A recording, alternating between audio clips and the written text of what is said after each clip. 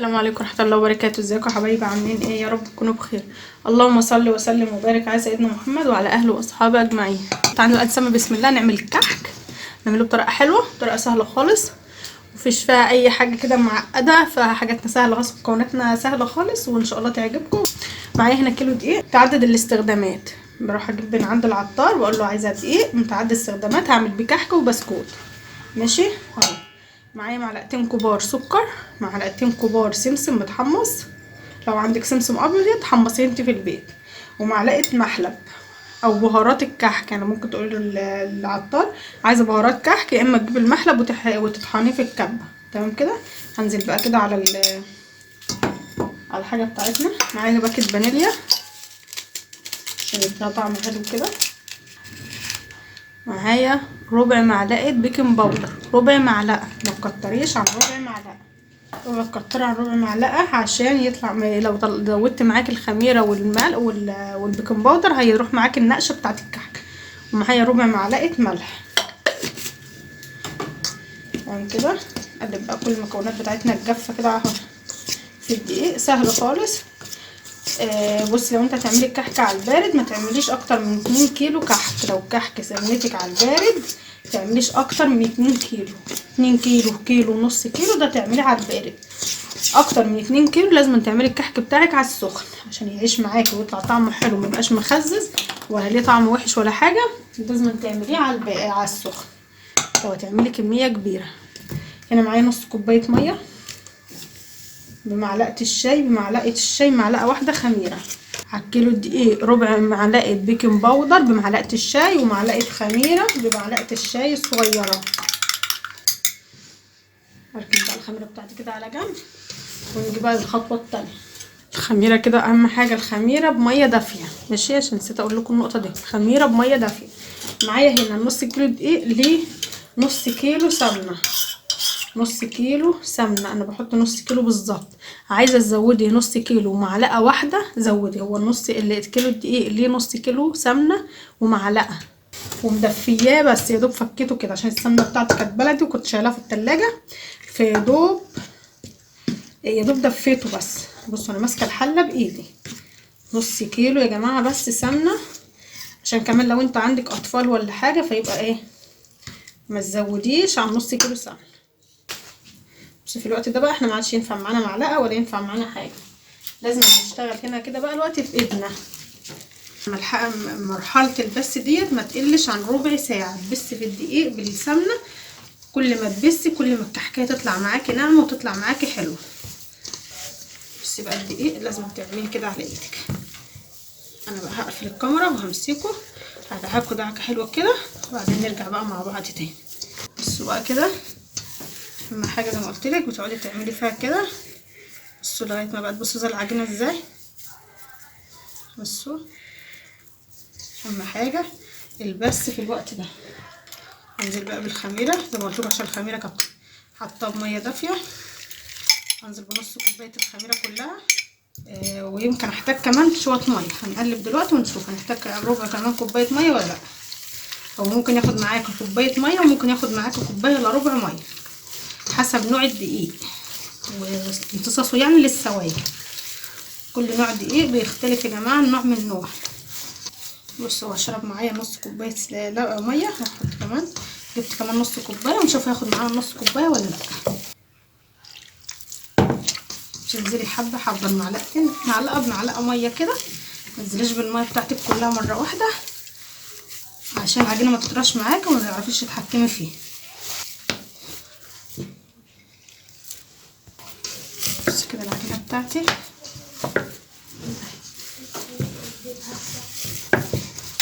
بصي اخدت كوبايه ومعلقتين ميه.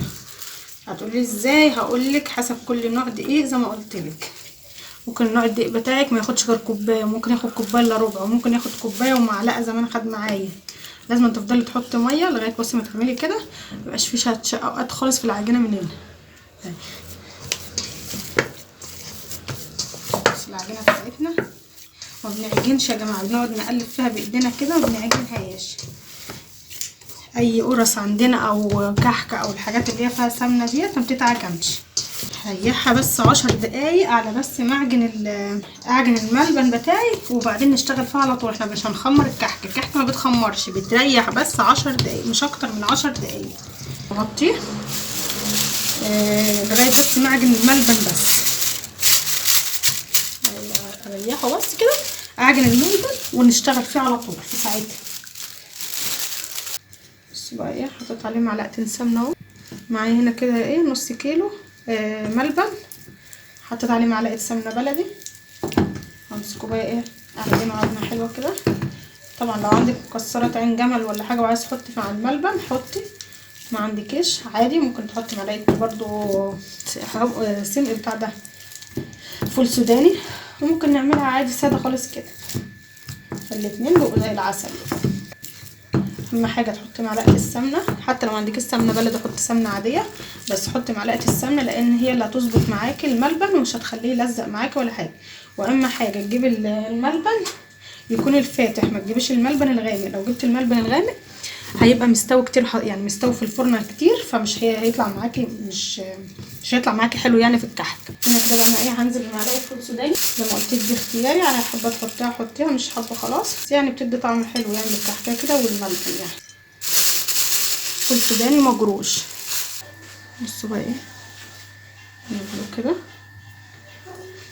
زي ما قلت لك. لو عايز تستغنى عن معلقه الفول السوداني استغنى عنها. لو عندك برضو عين جمل وحابه تحطيها يبقى طعمها حلو قوي برضو، حط معلقه. عين الجمل بتعمليها في الكبه كده، بتضربها في ضربه في الكبه وتقومي عم حاطه معلقه، بتطلع معاكي طعمها حلو. بصوا كده بقى الملبن بتاعنا اهو حلو قوي، ما بيلزقش بقى ولا حاجه. كم تعملي كده ما بيلزقش ولا حاجه اهو. هنشتغل يلا على طول بقى في الكحك بتاعنا. بصوا كده اهو زي ما قلت لك. بصي يا دوب ريحت العجينه على ما عجنت الملبن وكورته بس اهو. طبعا نعمل بقى الكحك بتاعنا. انا ما بحبش اطلع الكحك كله بره، مش عجينه بحته عجينه بحته عجينه. على طول تبقى مغطيه الكحك بتاعك او تبقى مغطيه العجينه بتاعتك عشان زي ما قلت لك ايه ما تنشفش معاك.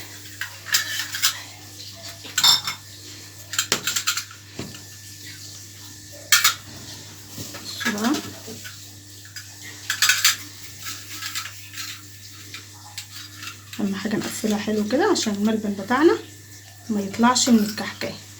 عايزه تعمليها بدي اهي، تحطها في الصينيه وتقومي ايه ضغطه عليها ضغطه كده اهي.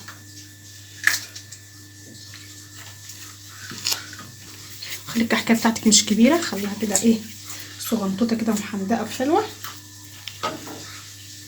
عشان ياخد واحده كده ما يقعدش ايه يفتفت بيها. ياخد واحده كده قطمتين اتنين ما يلاقيهاش. انا بحب الكحكه تبقى صغنطوطه كده وحلوه كده. بص انا بضغط عليها ضغطه واحده صغنطوطه خالص، ما بسيبهاش بحالها كده عشان ما تبقاش ايه تحس ان هي ايه مكتومه كده او اللي هي ايه مش حلوه يعني اهي، عشان هي لسه كده كده ايه هتخمر شويه. فاحنا ايه بالمنقاش بقى. بصوا انا من عشاق الكحك اللي منقوش، اي نقشه عندك بس بتطلع حلوه قوي. عايزه بس اوسع اقرب عليكم شويه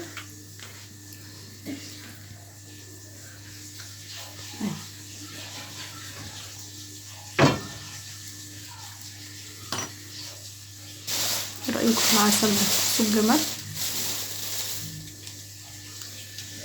واحده كمان. تشيلك العجين تفضلي مغطياه بالفوطه وبالكيس عشان العجينه ما تنشفش معاكي. اوعي تكشفي العجينه بتاعتك. نقفل حلو على الملبن. السنه اللي وراكي دي صفا زي ما قلت لك انا بضغط عليها ضغطه كده عشان انقشها هتبقى منقوف النقشه حلو. بصي بقى العجينه بتاعتك بصي لا مشققه ولا اي حاجه خالص. بصي انقشي بقى اي نقشه تعجبك. بصوا العسل احلى من بعض. بصوا الصلصه بتاعتنا بقى ما تكونش مدهونه اي حاجه خالص. بصوا زي ما قلت لكم انا ما بحبش دي عندي، بس مش بحب اشتغل بيها، بحب اعمل بالمنقاش عشان تبقى الكحكه شكلها حلو كده. واما تيجي ترش السكر البودره بيفضل كده على واقف فوق الكحكه كده وبقى شكلها حلو وبقى طعمها احلى. بصوا ولا حاجه اهي. خلص بقى كل الكحك بتاعنا ونرجع مع بعض تاني. الكميه. بصوا جمالها، عايزه اقرب لكم بس الصوره كده عشان تشوفوها. بصوا حكايه، تحفه تحفه تحفه.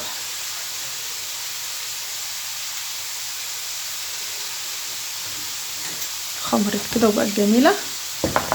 ريحتهم ساعه، بعد ما شكلتهم بريحهم ساعه، عشان احنا في الشتاء. لو في الصيف بنريحهم نص ساعه بس.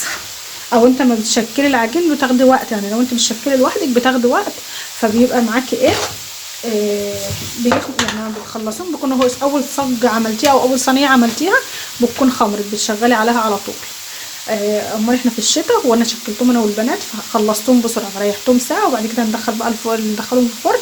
فرن البوتاجاز سخنته على درجه حراره 180، وبعد كده هوطيه على 150، او لو في اقل من 150 وطيه كمان. احنا عايزين الكحكات تستوي على نار هاديه عشان ما تاخدش لون معاكي بسرعه ويبقى قلبها لسه عجين من جوه، قلبها ما استويش. احنا عايزين الكحكه تستوي على نار هاديه عشان تطلع حلوه كده ومتحمره واخده لون ومستويه من قلبها، ويبقى طعمها حلو وريحتها حلوه ومستويه حلو. تمام كده. هندخل بقى اول صينيه احنا شكلناها، دي اول صينيه احنا شكلناها، ندخلها الفرن بقى على درجه حراره 150، ونرجع بقى مع بعض تاني. بصوا بقى الكحك بتاعنا التحفه.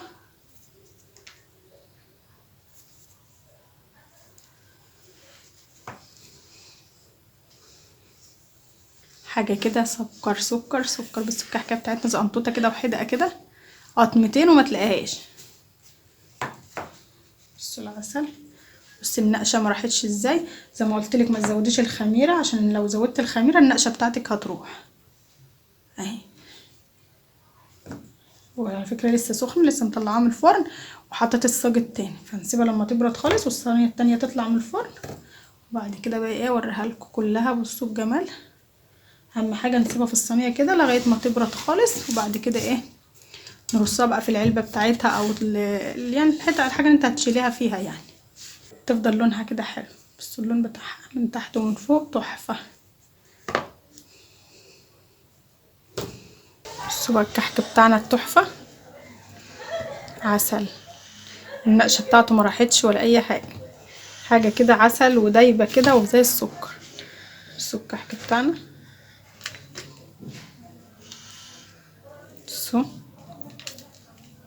بصوا الملبن طري ازاي. زي ما قلت لكم الملبن لازم تجيبيه. بصي لازم تجيبي الملبن يكون اللي هو الفاتح الابيض كده الفاتح عشان يطلع معاكي حلو اهو. بصوا الكحكه بتاعتنا دايبه ازاي تحفه. جربوا الطريقه دي ان شاء الله تعجبكم. بصوا بقى الحبه اللي احنا عاملينهم بالبصامه حلوين برضو، بس انا بصراحه زي ما قلت لكم انا بحب الكحكه اللي بنقشها كده بقى شكلها حلو، بتبقى شكلها كده برضو ايه في الطبق بتبقى كده تحفه كده. بصوا الكحك بتاعنا طبعا مش هنحط عليه سكر، هتحط عليه سكر وقت الاكل. يعني الطبق اللي هتاكليه يعني هنجيب من احنا الوقت هنرص الكحك بتاعنا في علبه. اهم حاجه تحطيه في علبه محكمه بغطاها حلو عشان ما يخشلوش هوا. نفرش في العلبه كيس ونرص الكحك بتاعنا كده حلو كده في قلب العلبه ونشيله. لما نيجي نطلع ناكل الطبق اللي هنحط فيه اللي هناكله نرش عليه سكر بودره. نحط على السكر بودره معلقه نشا عشان يثبت معاكي على الكحكايه ويطلع حلو. بصوا بقى العسل والسكر بتاعنا سن كده بقى ايه فاخر من الاخر، احلى كحك. ومش دايب قوي قوي ولا هو ناشف قوي، لا في المعقول كده، وحاجه سكر وعسل كده. جربوه ان شاء الله يعجبكم. حطوا لايك واشتركوا في القناه وفعلوا زر الجرس عشان يوصلكم كل جديد. يا احلى اخوات واحلى متابعين في الدنيا، بحبكم كتير كتير. حطوا لايك والسلام عليكم ورحمه الله وبركاته.